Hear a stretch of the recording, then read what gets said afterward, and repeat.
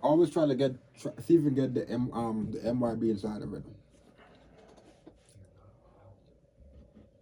The background, just to the MYB. Yeah, the thing is, though, if I do that, you have to come over. You have to go over there.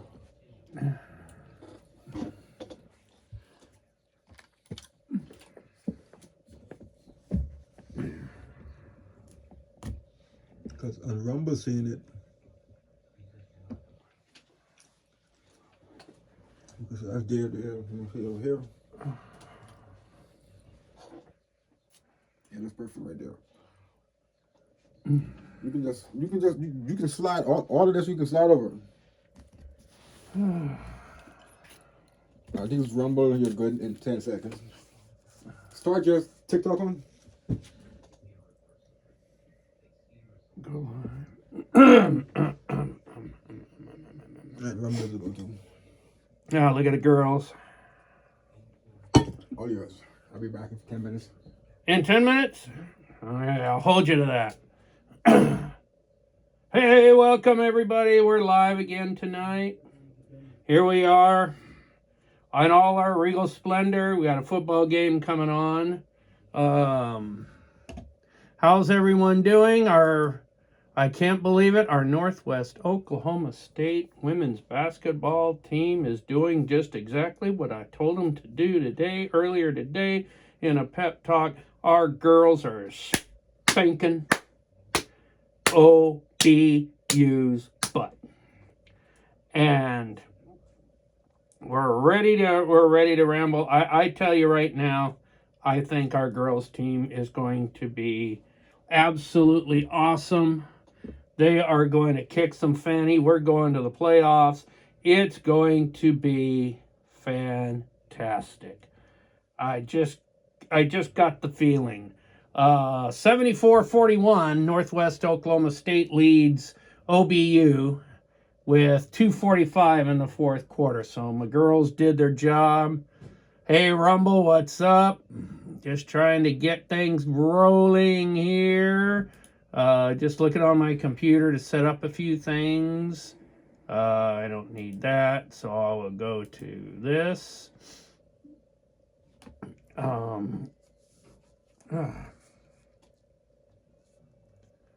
Somebody's singing the national anthem, I think.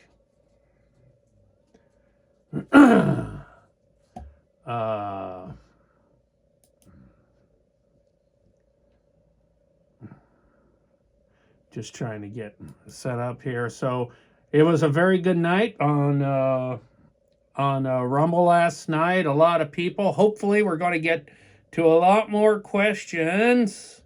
I hope and pray we do.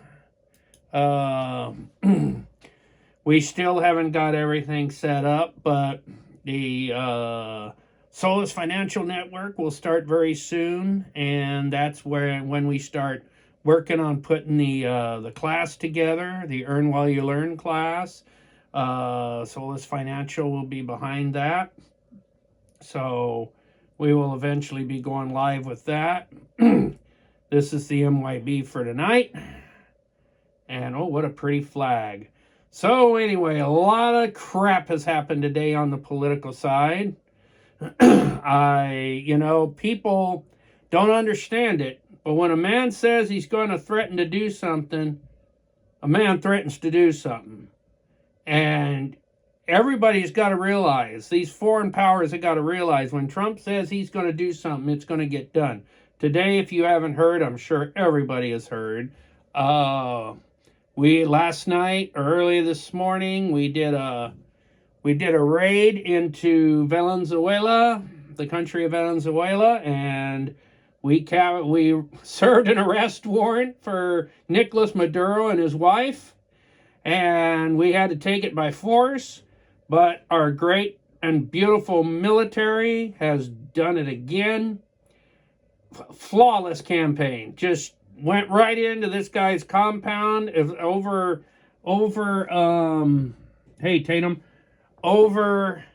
Venezuelan airspace. We blinded them, and it was carried out without a hitch. God, we got the best military in the world here in the United States. And now I'm hoping the same thing happens for all those brave young people in Iran. Oh, I hope that we go in there, Israel goes in there, we finish the job, and the people can become free, have their own. They'll be just like Venezuela. They'll be able to sell their oil, make money. They'll have businesses. There's a government ready to go. I mean, they've got their leader already. He gets into power, it'll go right into a smooth transition. Of course, they won't have much of a military, but who needs a military when you got us to protect you? So I don't think we have to worry much about that. And so I'm very proud of what happened in Venezuela with our military, and I'm hoping the same thing happens in Iran. Those valiant young people are fighting for freedom. They're fighting for a cause. They're protesting for a cause, not like here when we protest for absolute shit. People that are killers, people that are scum. But, no. This is a whole different thing. These young people are fighting for freedom, and you never can not support people fighting for freedom. So that's pretty much on the political side. Now we got a football game coming up. Lucha Ranger not happy. I tell you right now, if you spend $1,000 to go watch a pathetic football game, I don't know. I used to go to Raider games back in the 80s when they were in LA. I went to Laker games. I mean, I went to them all. But we always got cheap seats and we worked our way down. Oh yeah, we were very good at working our way down to better seats. And when I went to the Raider game, yeah, the games were great. But man, the fun in the stands, guys. The fun in the stands was absolutely great. I mean, there were fights. It was the good old days of glory football. So we're looking forward to some good crap. But right now, I would not pay the prices they're charging for football games. Your best seat in the house is sitting right at your TV and just watching it. And I watched that Tampa Bay game, and that was the most boringest crap I've ever seen. I've seen paint dry more exciting than that. Okay, hey, Krusty. Any relation to Krusty the Clown? You should run for mayor. Young man, I am candidate for mayor. Gotta wait until after Monday to make it official because there could be a complication. But if it comes out on Monday and everything is good, and I want it to be a 3-man race. Look, I'm running for mayor of Alva, Oklahoma. This is kind of an experiment for me. I've got some great ideas for the city, but this is kind of an experiment for me because our main election comes up in a little over a year. Well, about a year and 4 months. So, I would just like to have a good run, and whoever wins, congratulations. I'm not going to run no smear campaign. I don't believe in criticizing anybody. All I'm going to do is just stick to the issues I would love to see happen and just go with that. I don't know hardly anything. The young candidate, his name is Joe Parsons. He's 25 years old, just a young man. And I know we stayed at the hotel that his father owns here in Alva, and we had a good time there. So I can't wait to see him out there and everything. And then we have another gentleman. I can't remember his name offhand. please forgive me for not remembering your name. He's a businessman here in Alva, and you know, we just got let's just have a fun election time. That's the way I look at it. I mean, I'm going in for the experience. I would love to win, and I'm going to try to win, but usually first timers don't usually win an election, but I feel like I could do real good for the people of Alva, Oklahoma. I've got a great personality, and believe me, the Lucha Ranger is just a guise, okay? The real person under the mask is the one running for mayor. So we'll just have to see how everything works out. But I'm really excited about what could happen. So most everybody at Northwest Oklahoma State University knows him as Unc. And that's where he's most famous at. Good old Unc. And he has a political degree, or not. He's one class away from his bachelor's degree in political science. He's very knowledgeable. He'll bring a big, a big city feel to. He'll bring a big city feel to Alva, and hopefully get the job done. So. Are there any questions yet, my producer friend? I'll check in a minute. You have 500 people watching, so that's can't come in there. At least 500 on the screen. 500 of yous? Boy, thank you. So, yeah, that's Rumble I'm talking about. That's the other. If you're out there in TikTok land, get Rumble, because Rumble doesn't, they don't filter anything. They let you go at it tooth and nail. So, get onto Rumble, because YouTube stinks. So, and here we go. San Francisco is just letting Seattle go right down the field, as usually they pertain to do. It can only be, I'm not pausing it. Seattle's coming up. They're at the San Francisco 38-yard line. So, what lesson in your past shaped your leadership skills the most?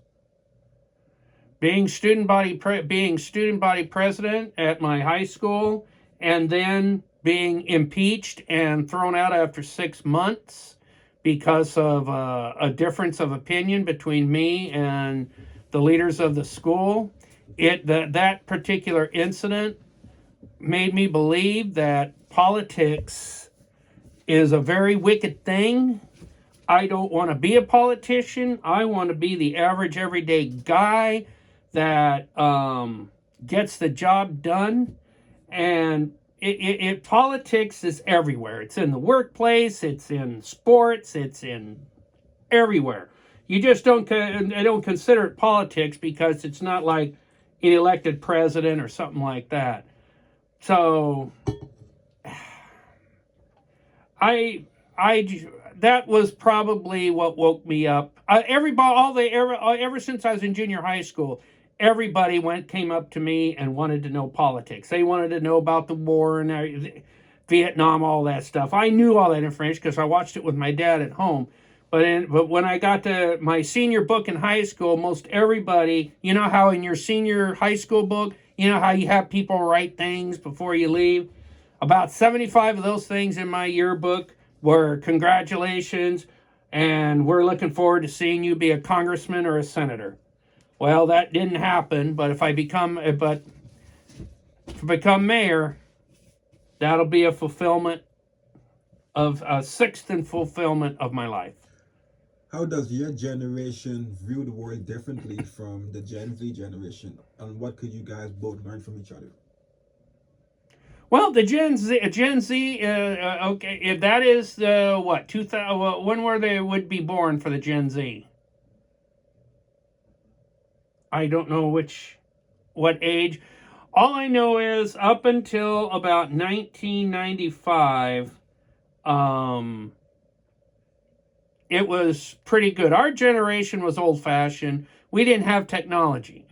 Then Gen Z come along and you got the technology. You had the internet and stuff like that. You had beepers. I remember when I got my first beeper. But after 2000, technology has just went absolutely ape crap. And, there's a big difference. There's a big difference. I love my generation because it was a simple life. And I feel sorry for the upcoming generations because they're going to have a mess to deal with. What is one mistake you made in your 30s that shaped how you lead today? In my what? In your 30s, one mistake that you made in your 30s that helped you view and learn to be the person you is today. Oh, the 30s. That would have been, for me, that would have been the 90s. Yep, the 90s. Not taking advantage. I'll tell you. I was training racehorses at the time, and I had an owner that really loved what I was doing. And what happened was, he finally came up to me and said, "Mr. Brian, I'm willing to put $500,000 and to buy you everything you need to run a high-class stable and get your licenses all finalized and stuff like that." And we had it all set up. He was going to meet me at the bank at 10 o'clock the following morning. We were going to have a 50-50 bank account. Can you imagine that? This is a life-changing situation. And at 10 o'clock, I waited. No, he didn't show up. And then I called, and I couldn't get an answer. And then finally that night, I got a call, and I got a hold of his wife. And she had said he died the night before. Probably about 4 hours after we met, the man had a heart attack and died on the spot. And, it's like, Dad, burn it. Why couldn't he have waited one more day? Once we got that account set up, can you imagine what would have happened? If he would have lived one more day and then he died after we set up the account, that money would have been mine. That would have been my barn, my stable, and everything. And it was then and there that I realized that stinking Satan has control of earth. He has control of me. And ever since then, I've had little instances where I've had, brief tidbits of money and stuff like that. But I've never been able to get the big break that I ever needed. So it was then and there I decided, okay, I'm going to work until the day I die. But you know what? There's nothing wrong with that because I enjoy working. What does leadership mean to you when no one is watching? Leadership means to me when no one is watching. Well, that's a fascinating question. You have to be a leader at all times. You can't just go into the closet and say, okay, I'm going to lead when I'm on. You got to lead at all times. When you're not on the press or on TV or whatever, if you're a high official, you got to be leading all the time. You've got to be practicing on yourself, making sure that you don't make any mistakes, because your mistake could cost people, millions of people heartache. And you just got to stay leader. You got to stay motivated. You got to keep everybody going. And as long as you do that, you're going to be okay. What keep you motivated to run for mayor than just retire right now? Because Alva, Oklahoma needs help. I don't know all the situations that are involved, and I don't care to know what situations are involved. I'm not going to run on the past. I'm running on the future. All I know is Alva has got the capability to be a fantastic base for money, for revenue, cut waste, it's going to be a win-win for Alva, Oklahoma, with Brian Ferris as mayor. What is one belief over the year that you change your mindset towards it? To my mindset toward being mayor, or just in general? In general, any belief that you really, the older you get, you have to look back and be like, well, I that I'll go back to that other question. I have went under the belief that I will work until the day I die. That is, but there's nothing wrong with that. I don't want to retire. I want to stay active. I want to keep busy. I don't just want to lay around and do nothing. I want to keep busy and work and have fun and know people. That's my whole goal, and that's what I continue to believe right now. So why should the voters vote for you to run the city? Because I bring a big city feel. I know what this city needs. We're about, I'd say about 60% of the people that live in Alva, Oklahoma are 55 and older. Because you got to remember, Alva, Oklahoma is a college town, just like all College Station and all those. We're just not the big like those, because we don't have a Division I college. We have a Division II college. And so we have to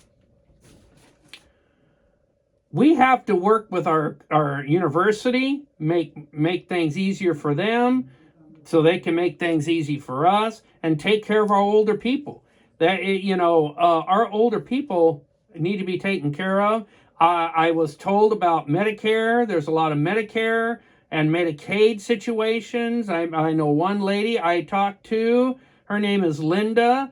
She said that right now she is paying $300 right now for her medical coverage.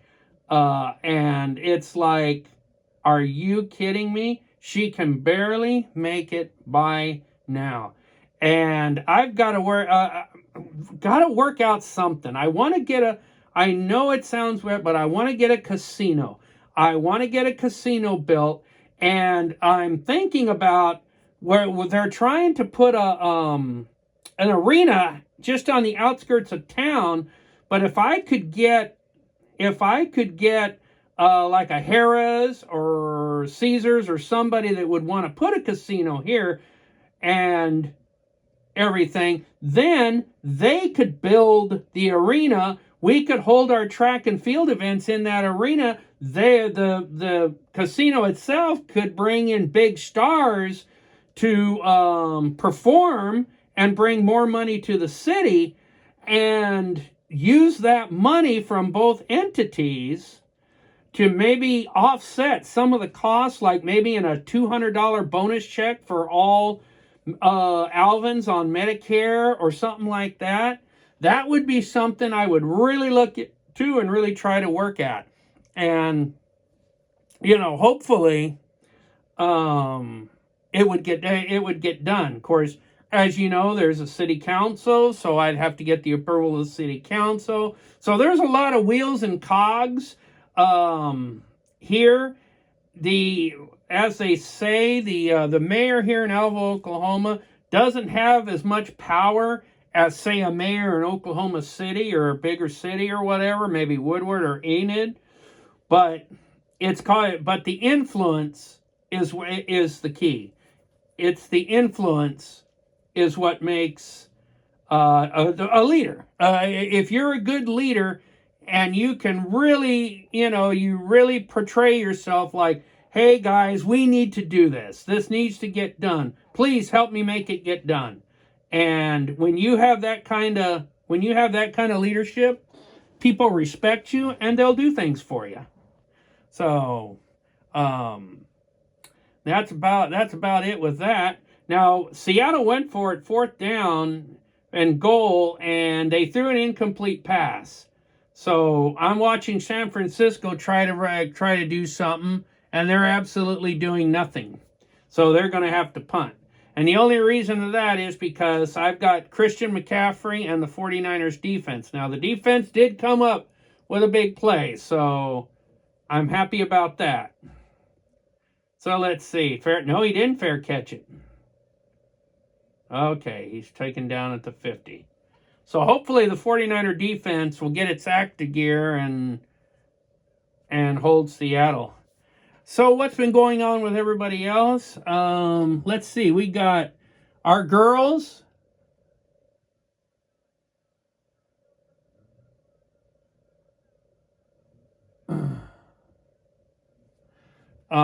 What's this? You waved. Our women won 76-49. Congratulations to my Northwest Oklahoma State women. They are now, I think, 11-1. They should, they're like ranked 15th, I think. We've beaten a second-ranked team, a third-ranked team. Our girls could do something that our school has never seen in our sports division 2 livelihood, and that is a conference championship and then on to a division 2 championship. I guarantee you this town will party, and if I'm mayor, oh, we're going to have a party. Oh, it'll be the grandest party of all. So Brian, bring it home, Brian. Bring it home, girls. Our guys are going to be playing here shortly. Let's see. I think they start at 7:30. So maybe they'll start a little earlier. Oh, wait a minute. They have video? Wait, no, that's the Bison. What? Wait, what?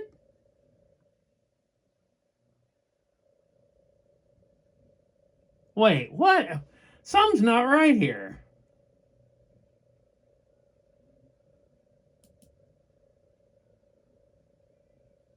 OBU is Oklahoma Baptist versus number 50. Oh, we're 50. I was right. We're 15. Oh, they must be using Bison Sports. I thought that Harding were the Bison. Maybe they are. Maybe they're just you got to log in to purchase. Log in to purchase. So it is Oklahoma Baptist. Can you imagine Christian colleges charging you to watch their stupid games? I mean, come on, really? What college does that? There isn't a college in Division 1 that has you pay to watch their games. I mean, I'm going to pay $10? Are you kidding me? How stupid. That's ridiculous. So, okay, so there won't be no TV. How? I can't believe it. Oh, well, that's just the way it is. You just want to get money out of poor people, I guess, so they can take it. They got this, on Oklahoma Bad, they got this big 7'4" lop that's just like, blah, blah, blah, blah, not much talent, but he's 7'4" and he's about 340 pounds. I mean, he's, so I want to see him get get sideswiped all over the place. And look at Seattle's driving once again.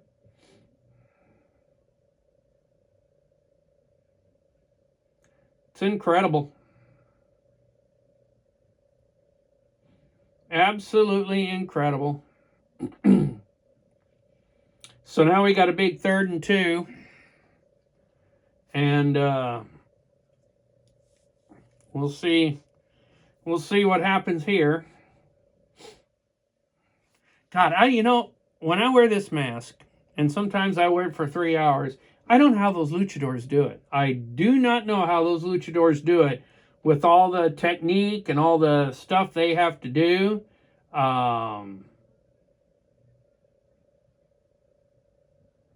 Look at this. Just let him go into the end zone. You suck, San Francisco. You don't deserve to go to the playoffs. Just screwed me. Thank you. You guys stink. Just absolutely stink. Incredible.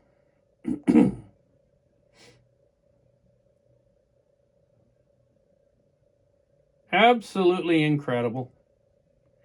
There's just no, you know, I can stop and do things to teams. It's called Brian Luck.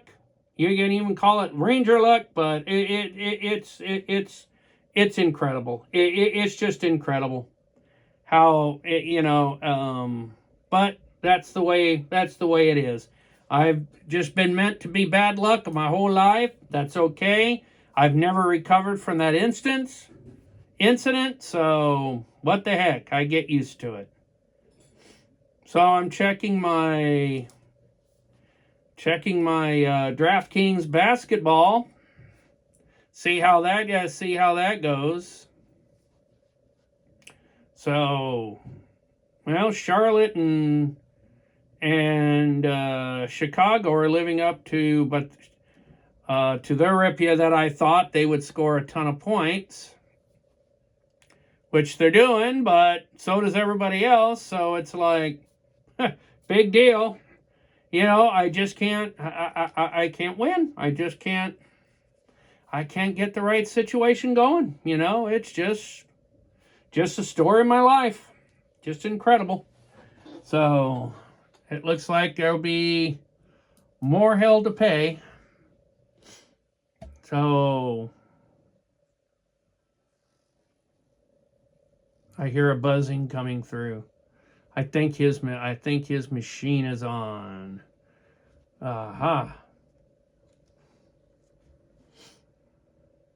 So there's 2 night games. So that's what I'm looking up. Yeah, 2 night games. Boston and the LA Clippers and Utah and Golden State. 2 yawning games.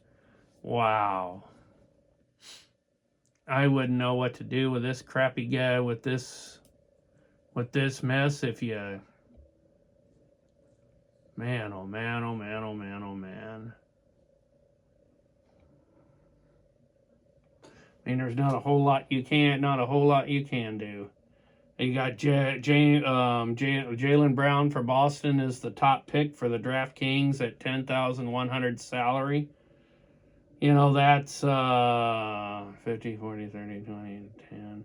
That's about a third of the salary that you're allowed, 50,000.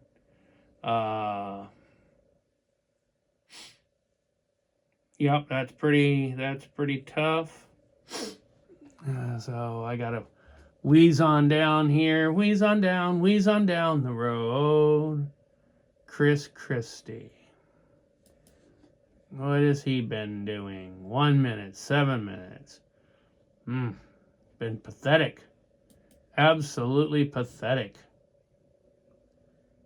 Washington Jr. Wow, what's going on there? Ty Washington Jr. How about that? No stats available. So obviously he ain't playing. Let's see what T. Jackson Davis, center for Golden State's doing. Well, when he gets some minutes, he actually does pretty good. So we'll take a chance with him. And let's see. Oh, Buddy Hield, boy, he sure hit the hard times.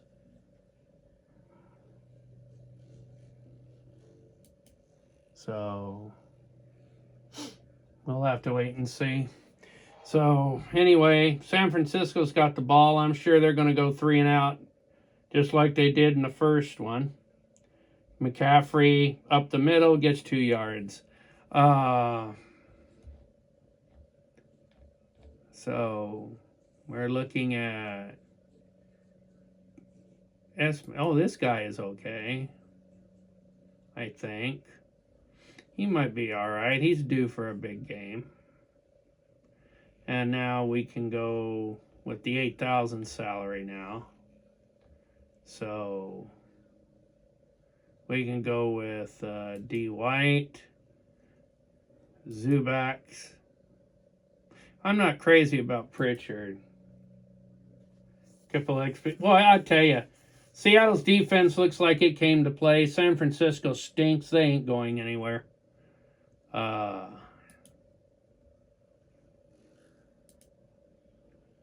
And oh shit,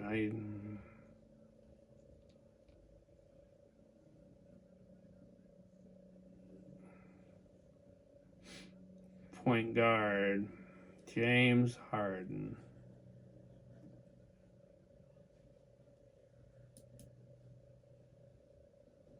So we will. Oh, well, they're going to punt again. Held short by 1.5 yards. So there you go. So now they'll punt to Seattle, and Seattle will come right back down and score another touchdown. So that's just the way life is for me. So I'm trying to figure out this.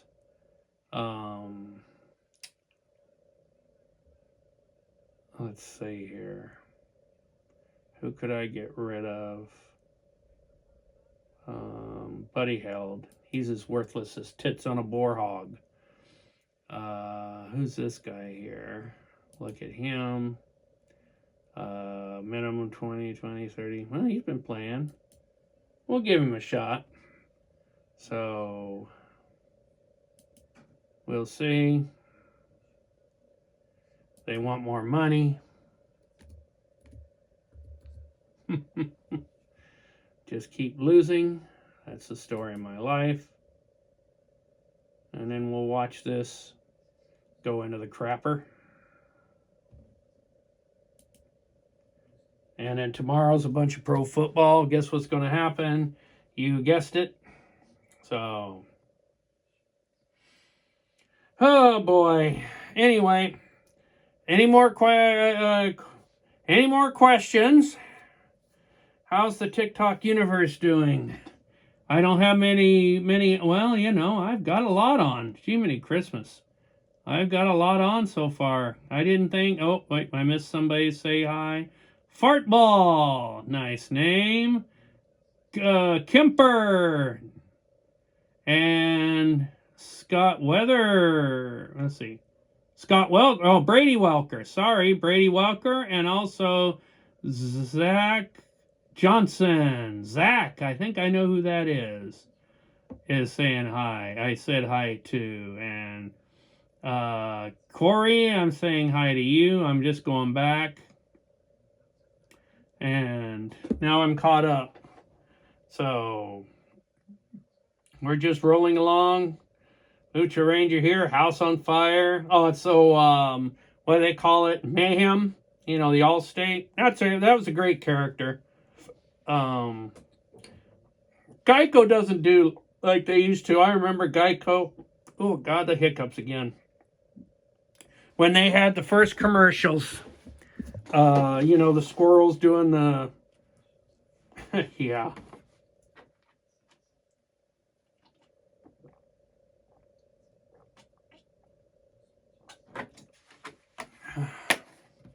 You know how the kids are. Okay, yeah, you all have seen it recently. Everybody's doing the 6-7, 6-7, 6-7, 6-7. Do you know what the 6-7 reminds me of, guys? Doing this, the 6-7. Do you know what that reminds me of? In the 60s and 70s, we had a toy. And there used to be a commercial for it. It's Slinky, for fun, it's a wonderful toy. It's Slinky, for fun, it's a wonderful toy. So it was like a thing, and it would like this. And this is how you would do it. Up and down, up and down. So I refer to 6-7 as might as well just bring back the Slinky. Look at this. They're running wild. They can't stop them. How does a stupid team allow this to happen? Because it's me. Because I need them to play a good game. So go figure. Welcome to my world. It's incredible. Now, if I would have had Seattle, they wouldn't be able to get a yard. It's pathetic. So, I don't get it. I don't know how. Sometimes I think these games are fixed. I know they are. You know, because you can't play this bad. You can't tell me that a team can run on you like this. So, but yeah, it's Slinky. The Slinky, we used to do this with it. So I would think whoever wants to get the Slinky back. That'll at least make, because this is the stupidest thing I mean, going 6-7. You could also literally, if you've got a girlfriend or a wife that's got the big boobies, then you could do that up and down with those. At least that would make more sense than just doing stupid crap. So those are the two reasons I see doing the 6-7. So whatever. Things come around, things go, and stupid crap happens all the time. So it's just amazing what kind of hobbies, what kind of situations occur. Oh, producer!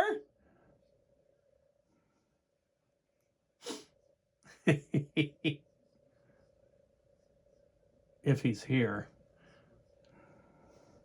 Sometimes he just turns me loose, throws me to the wolves, and allows me to do what I need to do. So, has that game started? Oh, yeah, well, it started. The men's game has started. First half.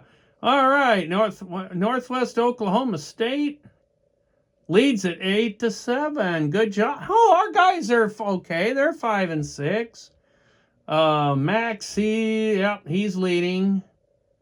Oh yeah, Eric Madrid. He's that big loppy dude. He's the one. He's got 2 points. He's who we've got to put to sleep. So.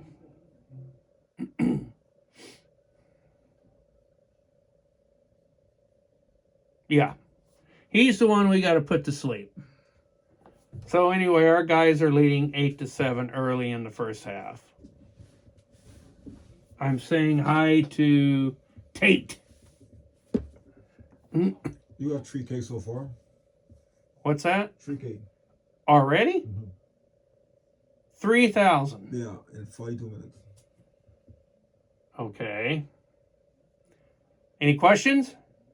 I'm looking right now. I'm scrolling. What's the hardest decision a mayor has to make?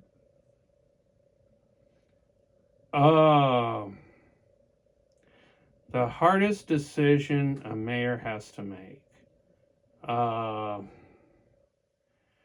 would have to say controlling energy, maybe water, making decisions on who needs it more.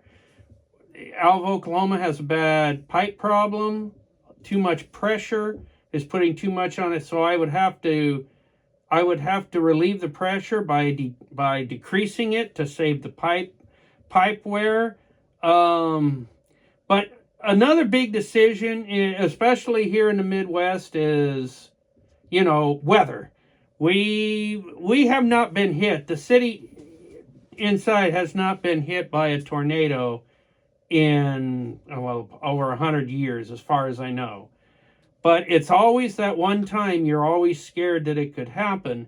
And maybe, when you hear the weather service and somebody calls you and says, there's a tornado heading northeast just 20 miles away from you, you might want to hit your sirens.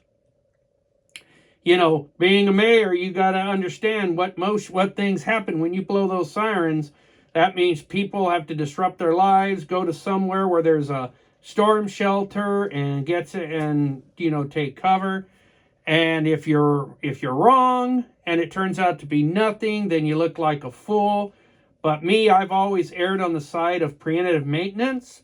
So it happens. But that would be making it tough. If you made a mistake and didn't follow through and then a disaster did happen and people were killed or property was, then it's like, oh my God, it would be total brutality. What role should technology play in city government? Who is that? Wow.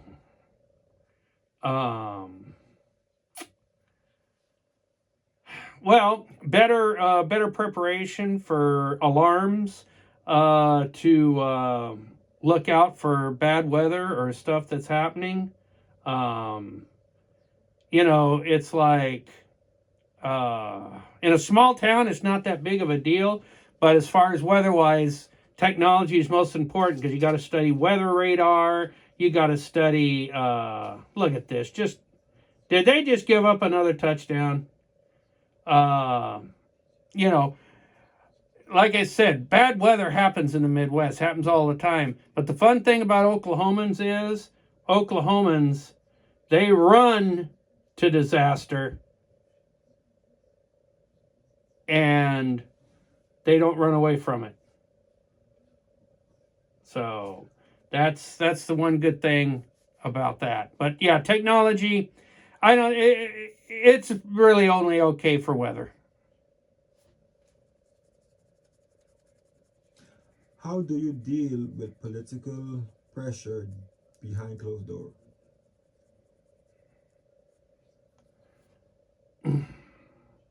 Well, you gotta be upfront and honest with the people you deal with. You've got to be genuine when you're facing the people, and you got to be genuine when you're not facing the people. If you're arguing with, like I'd say, my city council, and they don't agree with what I want, or I don't agree with what them, we will argue on the back and we will go at it. I mean, we will. I'm not going to be a passive flower. We will argue and we will go at it. And if nothing happens, nothing happens. But you come out and say, look, we're going to pass this thing. But myself, I fought tooth and nail to not have this happen.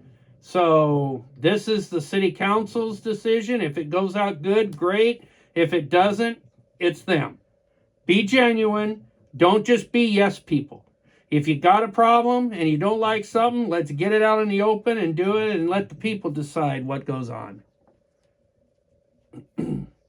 What's your approach to crime and public safety? Hang criminals. No. Alva is a small town, small city. We don't really have a lot of crime here. I mean, the real serious crime here might be, drugs, fentanyl, or something like that.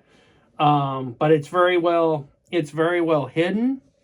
So I would probably be more to root it out, to get rid of the element, and that would be something to do if I have to get the maybe the outside sources, the Woods County Sheriff's into here, have them help my Alva Police Department. We just go and do, where we think there might be a problem, we just go and do a raid, and hopefully we make the right choice. What separates you from the other candidates?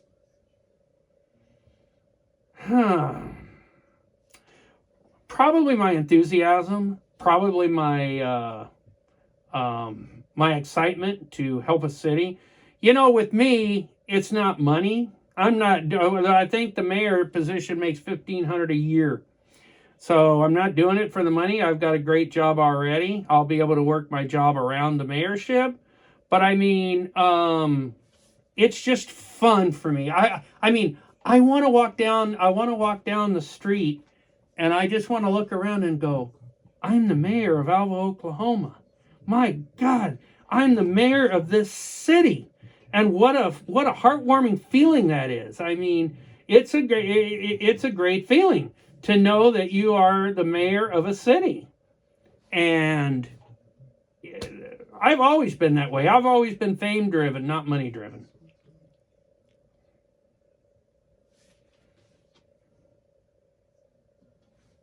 How important is financial literacy for city residents?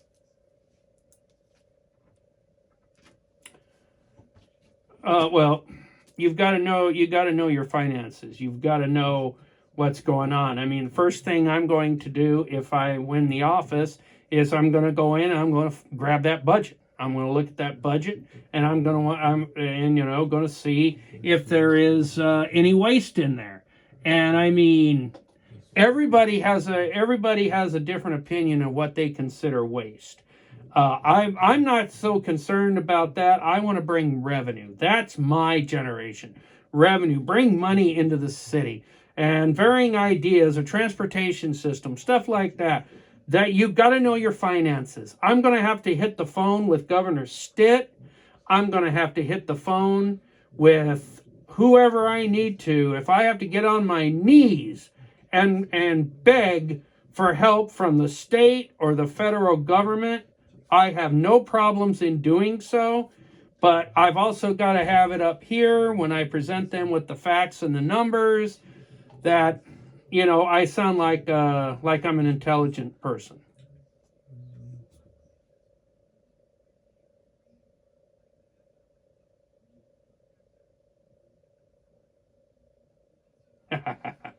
So now when I just had to go brag on our guys. See what I do? I went and bragged on our guys, and now they're down by 10 points. Just like that. I give them a compliment, they're down just like that. Our guys are down. And What's your take on government debt? Keandre, huh? What's your take on government debt? No, the economy is damn near 35 trillion. There's nothing you can do about it. It's there, it's done. You ain't going to knock it down. We're killing ourselves on the interest. It's there. It's always going to be there. We just have to work around it. There's nothing you can do. Jesus Christ couldn't get rid of this deficit. And he's going to be returning soon anyway. But I mean, there's just no help. You just gotta work around it and just say, okay, let's stop it from growing. Let's keep it from growing and just keep it where it's at, and that would be a victory. Oops. Who was that thrown to? Oh, Kiddo is playing. Naturally, I didn't take him because I didn't think he was playing. Should cities play a role in teaching money management? Well, of course. I mean, a lot of people look up to their leaders for leadership. I mean, you have to be able to understand numbers and to be able to teach people how you want, how things are going. And until you do that, yes, you have the college here, but a lot of people, like I said, are 55 and older, so they rely a lot on the government, the city government, to take care of them, and that's just something that goes with the job. How do you ensure economic growth benefit everyone? By bringing in new revenue streams, coming up with new ideas, new situations that bring wealth. Well, there I went. I just went to the bottom of the ladder. So that's the last bit of money I'll see on my thing. Oh well. So you just got to keep the revenue stream going. That is the main important thing, is keeping your revenue stream going, new ideas to help people cope with certain situations, and go with that. Ooh, excuse me.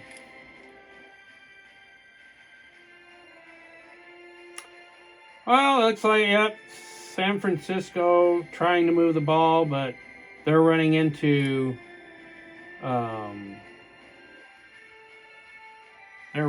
problems. So we have to wait and see.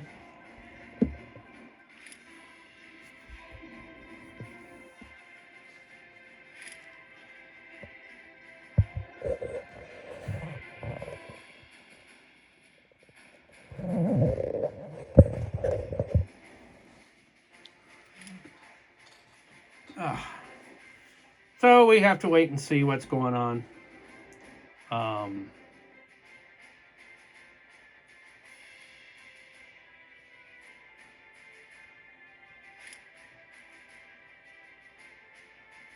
Well, there goes Purdy on the scramble. He's running, and he gets about 10 yards on the scramble. So, how's everyone doing? Good old Rumble.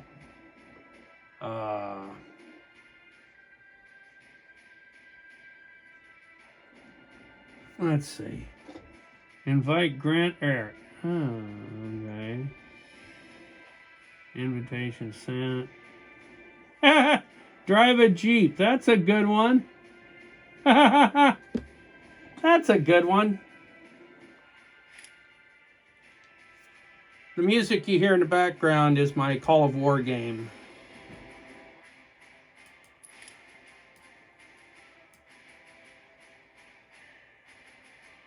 (28-14). OBU is leading. So it looks like they got things rolling. Oh, something went wrong there.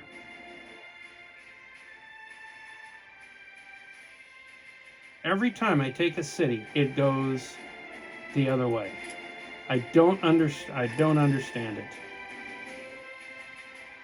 And it's getting frustrating. I'm talking about my Call of War game here, and I'm starting to get upset.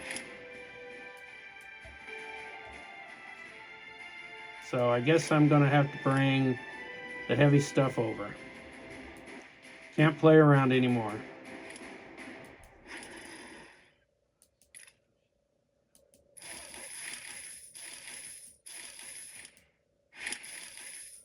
Okay, I'm not playing around anymore. So here I come. I'm bringing the big gun out. So we're going to go right in here and start taking back what I lost. So San Francisco, 4th and 1 failed. How about that? So boring game again. I just can't, I can't win. I just cannot win. It's just absolute torture. So, how's all my friends at the Lucha Ranger here? What's up? Everything is grand.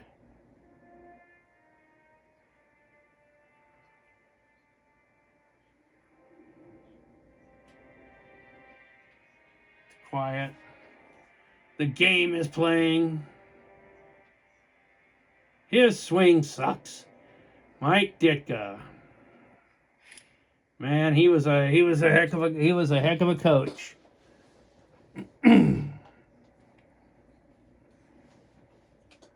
So let's go get them, boys. I'm tired of playing around. It's getting late. So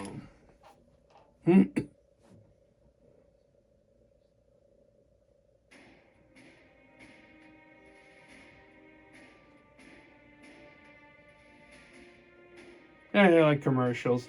Some of the commercials they have nowadays are just kind of really goofy and everything. So, time to get another drink of good old agua, H2O.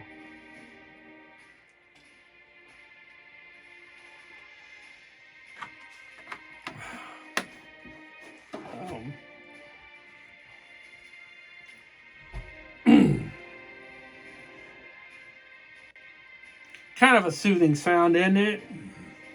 Oh my God, our men are just getting. Well, they're getting whooped. They're getting whooped now. Jackson Green. Let's see. Justin Norris 6, Max Alexander 4, Keandre. Just scored. Okay, good. Game details. I love game details.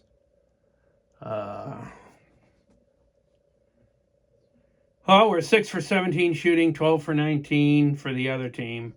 You know, it's funny how sports is and stuff like that, and it gets kind of crazy. You know, we're talking about Christmas is over now, New Year's is over. Monday, everybody goes back to work. The stock market will finally start getting around. It's been slow because there's been no economic news. I'm making a January prediction that the market will be down 2,000 points by the end of January. That's a prediction. So here we go. Seattle, heaving it downfield complete. Oh, yeah.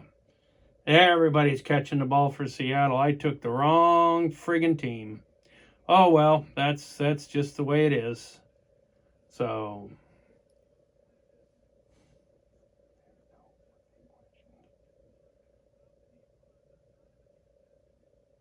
yep.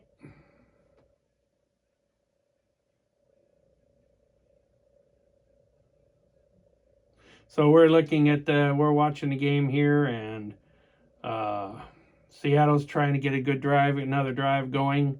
You notice all the wrestlers in the background. Big WWE fan. WWE is really a joke right now. I imagine some of you are probably already watching AEW Collision, and I don't know. WWE has turned to crap. So, it just depends what goes on, and it's a Saturday night in Alva, Oklahoma, and nothing to do. So I'm out here talking with you guys, the Rumble Boys. So I don't know.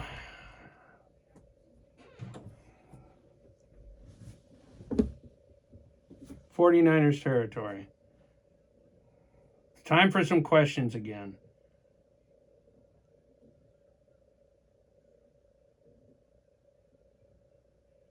Do you believe the stock market reflects the real economy?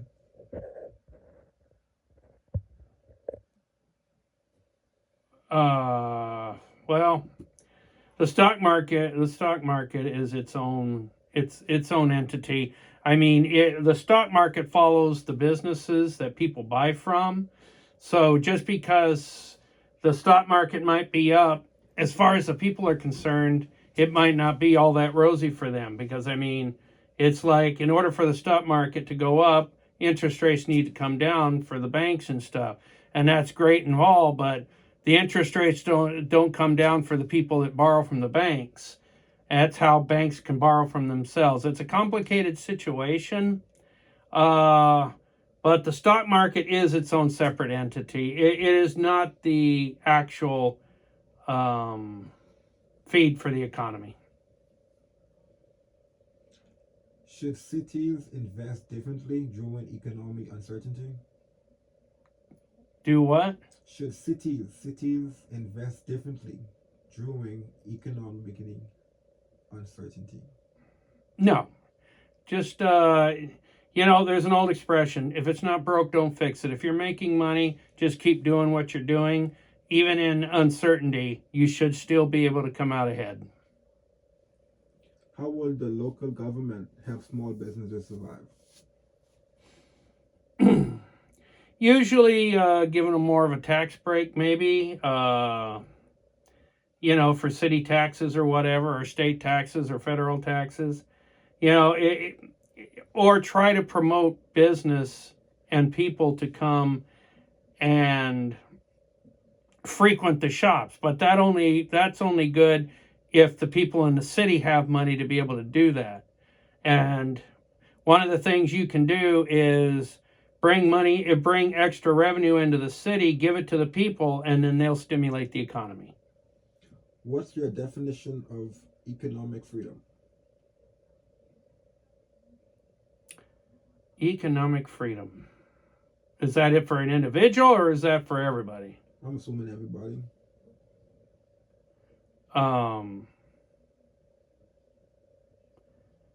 To where you don't have to be a millionaire, but you're comfortable, meaning that you don't have to worry about car problems, you don't have to worry about rent or mortgage payments or anything that most lower class citizens have to worry about.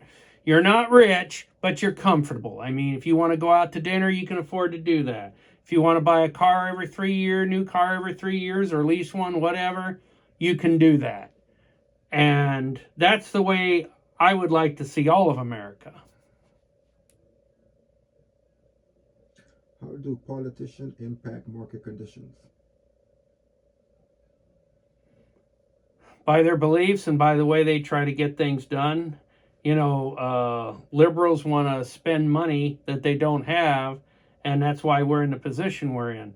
Whereas conservatives, they're more of revenue-based people that want to use revenue to bring money in.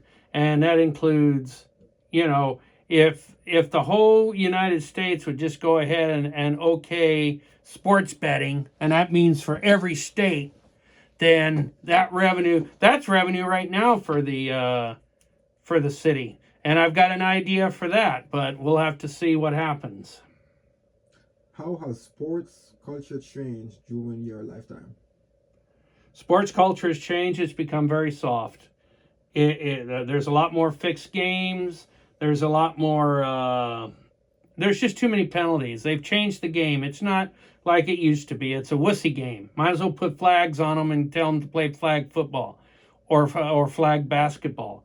It's just, and the money. It's gotten into the money. You got the big money markets that control everything. That's why I get excited when I see a small market team like the Oklahoma City Thunder come out and win an NBA championship and dethrone those bigger cities.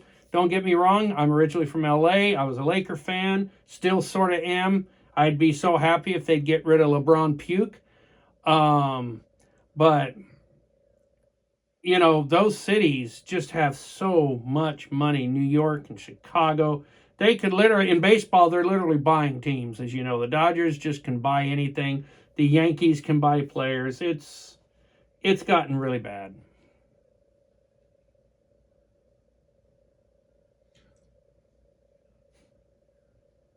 What lesson from sports apply to politics? I guess the most important thing would be camaraderie, teamwork, because not when one player can't win a game, except in tennis or something like that. But in politics, you've got to work out compromises. Yes, you may disagree, but you can agree to disagree. So you just kind of work at a compromise that might be beneficial for everybody. And that's what they do. That's what they do in sports. They work out compromises to make sure that the players play for themselves. Although I think some sports athletes do play with themselves. What's something that keeps you up at night? Not really nothing. I get a good night's sleep. I've learned in my old age that you can't let problems affect your sleep, your time to relax. I mean, you just gotta it's like most people turn to drinking or drugs or something like that to forget the problem. Problem is that when you sober up, that problem is still there. It didn't go away. It was just put aside for a little while. So you've got to deal with problems head on and deal with them as they come. What gives you hope for the future?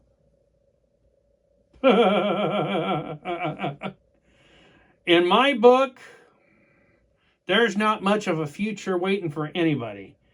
It's only a matter of time. The hope for the future is Christ returns and takes us home. The ones that believe that we can get away from this forsaken planet. It has no basis. It's changed. Family values are gone. It's just not. I'm living on this earth, but I would be just as happy if Christ returned and took me away from it. What is one question you wish voters would ask you?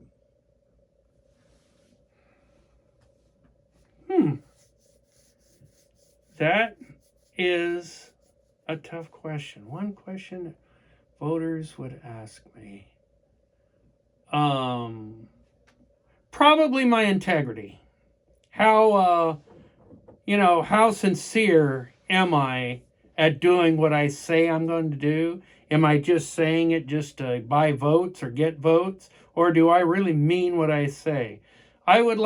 my thing would be if I'm campaigning and I'm talking to people and they came up to me and said, "Do you have true integrity?" And I would say, "Yes, I want to make life better for everybody in Alva, Oklahoma, and I will do everything in my power, in my being, to make sure that happens." When history look back on you, how do you want to be remembered? Well, it'll be a small history because I'm not very big. I'm not very big, so. But well, I have this crazy belief that when I die, so will the world. So so far as history is concerned, if I die and the rest of the world dies, there will be no reason to look back on history except for a few people that might survive. And then there's nothing you can do about it. So that's just the way I feel. So you better hope I stay alive for a while. How does interest rate change everything? Well, it doesn't really change. It just interest rates change in the housing industry. That's what most affects people when they go to buy a house, because when you're paying $200,000 for a home at 4.25%, and then 3 months later it goes up to 4.75%, you're talking a lot of money, and a lot of people can't afford that little extra push. So, yeah, interest rates can have an effect, but mostly in real estate for the people. How do you balance development with preservation? Well, unless it's really worth saving, investment is the best way to go. It's all about making money for the people, making money for your city or state or country. You've got pictures and stuff of monuments and stuff like that. I mean, it's okay. No, I don't want to pave Yellowstone or stuff like that. But preservation is a tough subject. That it just depends on what you want to preserve. What's the biggest mistake investment lesson age has taught you? The biggest mistake, what? What's the biggest investment lesson age has taught you? Not to invest in things that are uncertain. Not to, like I said, I will never again invest in crypto. I believe in what's in your hand. Put it in my hand. That's what it's worth, and that's what I use. I don't like doing things in the air. I don't like.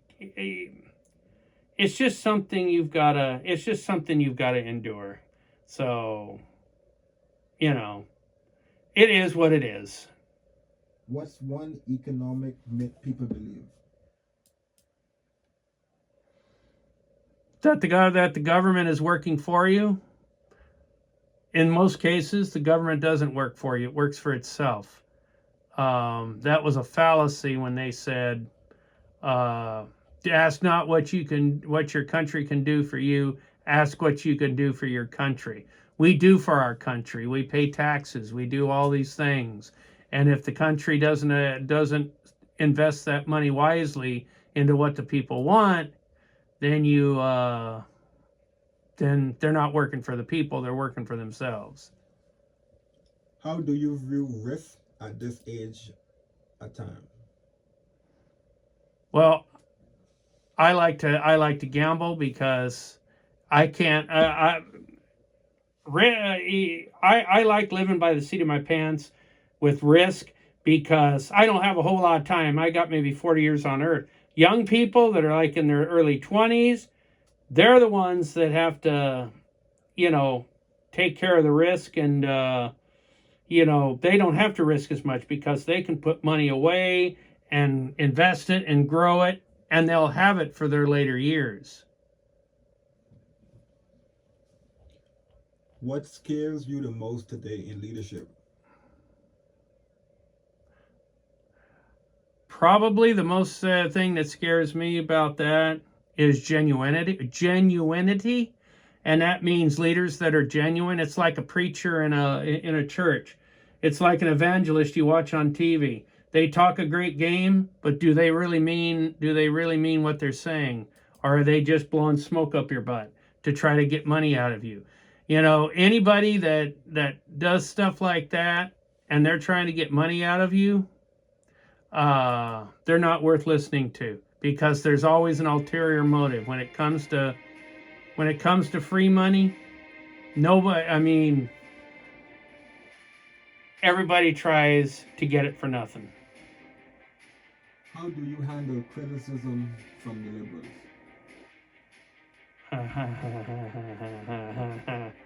Boy, that's a loaded question. Oh my goodness! I tell you, I can't stand liberals. They just anger me so much that I can't even control. You know, it's what it is, don't get me wrong, but they just have so many bad ideas, it just frustrates me. I don't even want to talk to one. I mean, well, in the case of a small city, if you're in a rural area, like Alva, Oklahoma, there really is no such thing as a liberal or a conservative. People are pretty much, it's like, we'll take care of our town.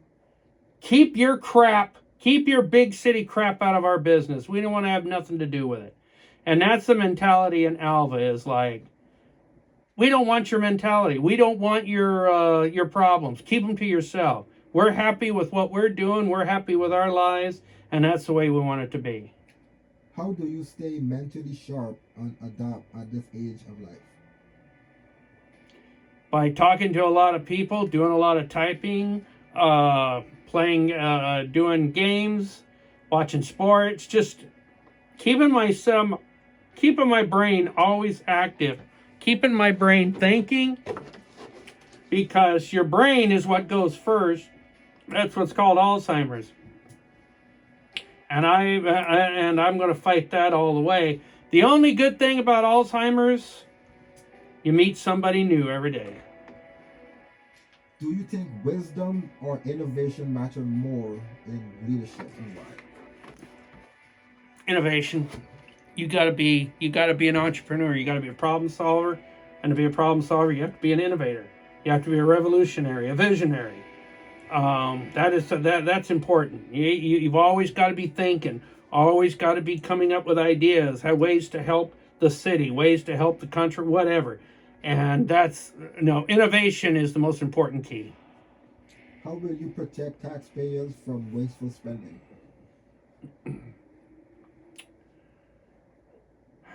Well, that's a good question.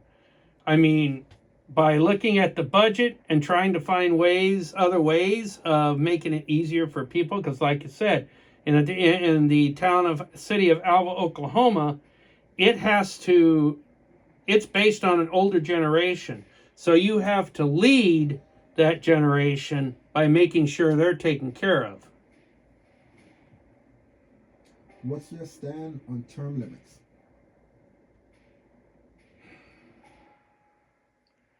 For legislative stuff, I believe there should be term, like the U.S. Congress and Senate. Yes, there should be term limits, because a congressperson should not be going into their first year of serving for the people worth $50,000, and then by the time their terms ends 25 years later, they're worth 10 or 20 million dollars. Obviously, they were doing some not good stuff to be able to get to that point. How do you plan to restore trust in the local government? Just by coming up with good ideas and being genuine and being transparent. Everybody's going to know what's going on with city government. They're going to know what it's all about. So, I mean, How do you restore it? It just depends what you do, what you feel, how you handle the government. Do you put the people first? I mean, that's the most important thing: is people first, government second. I mean, the government will run itself. That's just the way it happens. Once you set your budget and once it's approved and once you get the money for it, the government will run itself. But you've got to work with the people. Yeah, ever since I've been talking, it's 10-0 Seattle. So this has been a real yawner of a game. Yeah, everybody. I don't know. It's the last weekend for pro football as far as the regular season's concerned. So it's like, what do you do? A lot of teams are just playing out so they can go home and spend all their big money that they've earned over the period of time. So the Northwest Oklahoma State men are losing 51-34 at halftime. The girls won. My girls won. That's great. They're taking their pants down and they're spanking them. They are spanking them good. So I'm proud of my girls. Yeah, the girls are going to do it. I am so fired up with our girls team right now. Could we win the Division II championship? If we keep playing like we're playing now, I believe we will. Maybe I'm the only dumb sucker on this, the only dumb sucker fan that believes it. But I'm telling you right now, this is an impressive women's team. They're playing as a unit. They're playing together. And I guarantee you, as long as you do that, they will go on to do great things for our school. And I'll be the first one, especially if Mayor Unk will make dang sure that those people, that team will get the recognition they deserve. We'll have a parade. I don't care if it's 20 pickup trucks with streamers on it. There will be a parade. So congratulations, girls. The Lucha Rangers, proud of you. Unk is very proud of you. So they'll be all right. So I'm just waiting for halftime. I'm getting a little bit of a headache. I don't know why. Maybe it's the mask. Maybe it's the glasses pushing against the mask. I don't know. So at halftime, I'm going to go ahead and sign off with TikTok. I've enjoyed you guys. I want to enjoy the second half of this game, laying down, try to get this headache to go away. But yeah, it's still 10-0. But let's see. Did Seattle? They got a sack on the quarterback. Nice lazy sack. So, Rumble, I'll hang with you for a couple minutes after the halftime begins, just to see what's going on. So, wow, NFL Showdown. Huh, that's weird.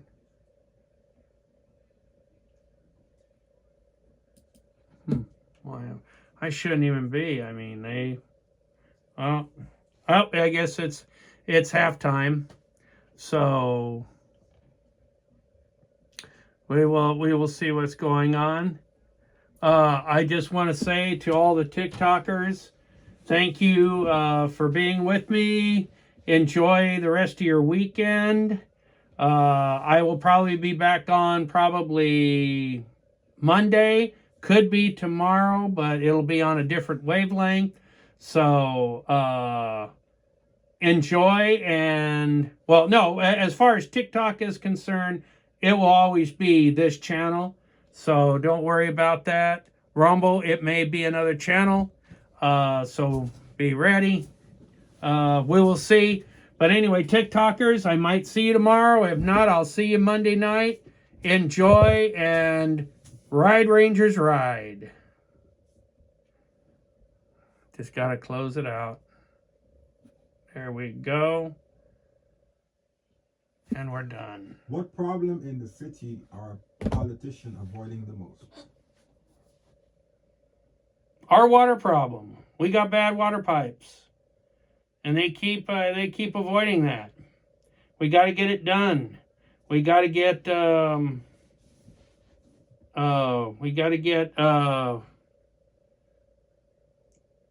we got to talk and get things done. We got to get some kind of program, emergency, whatever, and get all these pipes fixed because it's ridiculous. We've been very fortunate. It's been warmer than normal, but that ain't going to last forever. And once we get a real bad cold snap, those pipes are going to pop like corn in a kernel. How would you measure success as your first year in mayor? By getting at least 2 of my ideas to come to fruition, whichever 2 ideas that is. And I would feel like that would be an accomplishment because it would be helping the citizens of Alva. What's one unpopular decision you're willing to make for long-term good?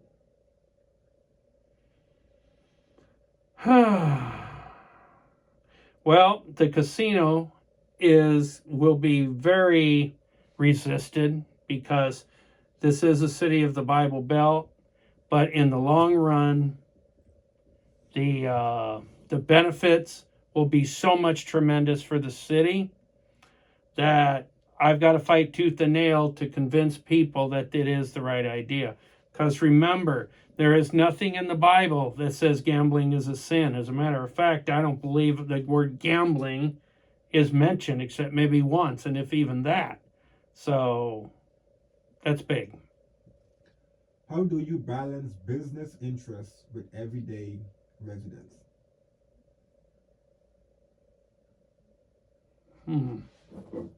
I guess by making everything affordable for the people that need to support the businesses. If the people don't have money to afford to support the businesses, then the businesses aren't going to have much luck. So that's a bad thing. What does accountability look like in your administration? It's going to be up front and forefront. I mean, if a mistake is made, we're going to come right out and say we made the mistake. It was a decision and it didn't work out. We're saying, we're going to try to rectify it, but we're not going to hide it from you. It happened. We'll get it taken care of. How do you prevent corruption at the local news? At the local what? Level, the local level. How do you prevent corruption at the local level? By taking the temptation of taking money from the city, state, or whatever, and usually it can be done by the bank. I mean, whatever bank account happens. I mean, when the cities have a bank account with certain banks, I would strongly suggest maybe switching Alva's bank account to Alva State Bank. Why not? It's named after the city. And then having the bank, they won't release the money until, let's say we budget money for the fire department, the police department, and whatever. If you don't allow somebody other than the city government to be in charge of the money, yeah, they can say they're going to give $2 million to this, but they might funnel $500,000 of it to somewhere else. And that's wrong. That's misappropriating of funds. So if the bank is in charge of the money, so when we say, okay, the fire department is going to get $1 million, well, the bank will make sure that the chief of the fire chief or whatever, he's the one that gets that $1 million.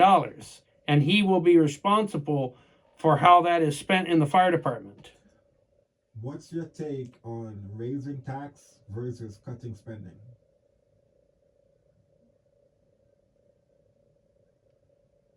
Raising taxes have to be our last resort. And if Brian was to win the mayorship, he would have a feeling that there would be a mess waiting for him. I mean, it's like I understand. Well, there's three candidates running for mayor. One was an ex-city councilman. One is a current city councilman, and then there's me. And it's like, where's everybody else? So I mean, I don't know. It kind of makes me feel funny that yeah, if I was to become mayor, what am I walking into? And how would I remedy whatever problems are in there, if there are any? There might not be, but I have to be prepared. I have to prepare myself for the worst, so I can be ready to handle it. How should pension system be protected? Pensions. Well, that pensions mostly come from from government jobs, state jobs, city jobs, and businesses that employ people. And you get a pension, and a lot of companies invest in the stock market, and it's those investments that keep the pension plans solid. If you make bad investments, like they did in 2008 for that one company out of Houston, then you lose your 401ks, and then that can lead to a disaster economically. You have 5,000 people watching. Do you think today's system favor workers or corporations?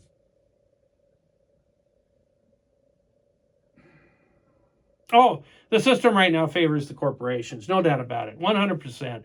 The workers are becoming an afterthought because of AI, and once AI gets full throttle and they can prove that it can do about anything, workers are going to be obsolete. You'll still have your nurses, you'll still have your janitorial and your construction people, but as far as technology people that went to school and built up a nice debt to learn, they're not going to have any jobs because AI is going to do it for them. So no, the businesses are booming in this with this AI. So yeah, no, the workers have no chance. What's your plan after you accomplish mayor? What's next after mayor? Well, to be mayor for as long as I can. I mean, Mayor Harding Chaffee was mayor here for 16 years. I would love to be mayor for that long. I'd love to be mayor until I die. I mean, like I said, I have lived my life. I've done some great things in my life, things that I'm very happy I done. And, there's a few things I've done that I didn't like what I did. But I mean, overall, I've had a great life. And there's not much left for me to do. And if I'm mayor, and if I could be mayor for the rest of my life because I'm doing a good job, that's fine. I'm happy with that. Would you say you're in the right state of mind to lead the United States, let's say 2040, and to push the red button if necessary? The only way you push the red button is when all else is done. And what would happen? What would happen if all the countries of the world decided to gang up on us, and then we would? What would happen? The decision I've always thought would be the toughest decision to make would be if the countries decided to invade the United States. Would I make the decision to push the button and destroy the world to keep the United States from ever falling to other powers? So basically saying, I push the button because I threaten the world. I say, as one foreign soldier sets foot on the United States, I am launching every nuke that we have, and I'm going to destroy the world, because the United States will either survive or it'll take out the world, and Christ can come and everybody can go back to Christ. I would definitely push the button. 5 more questions. How does real estate shape community stability?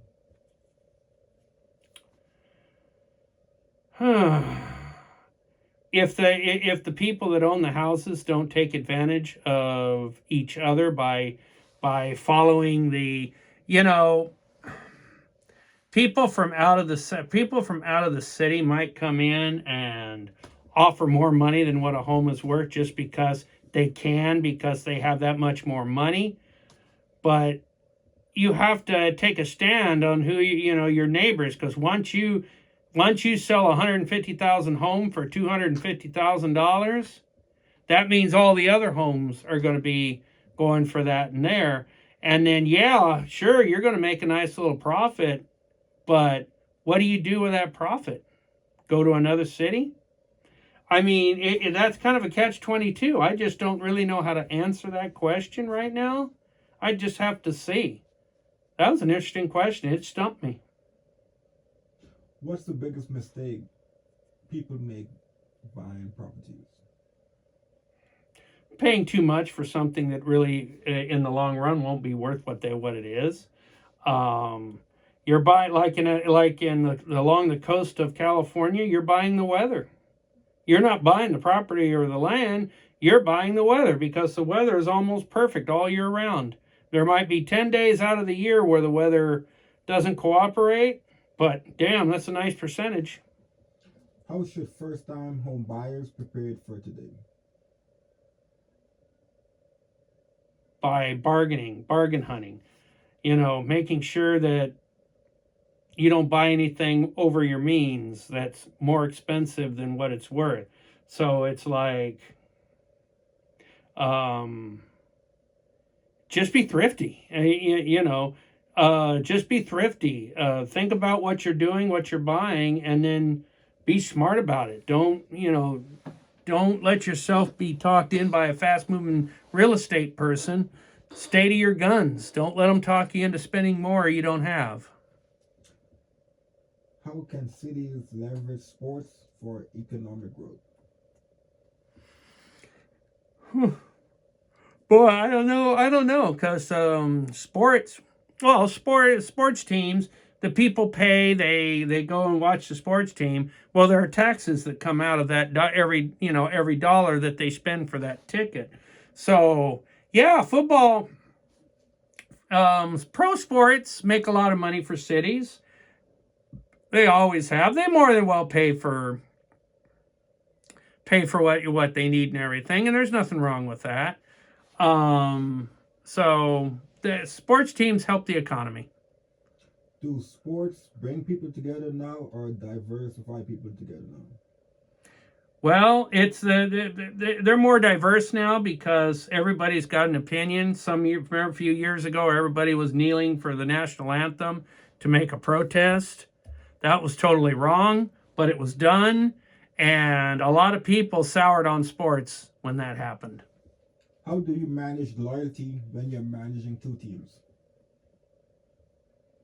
Well, they usually try to keep that from not happening, but you can't own two teams in one league. You have to own one or the other.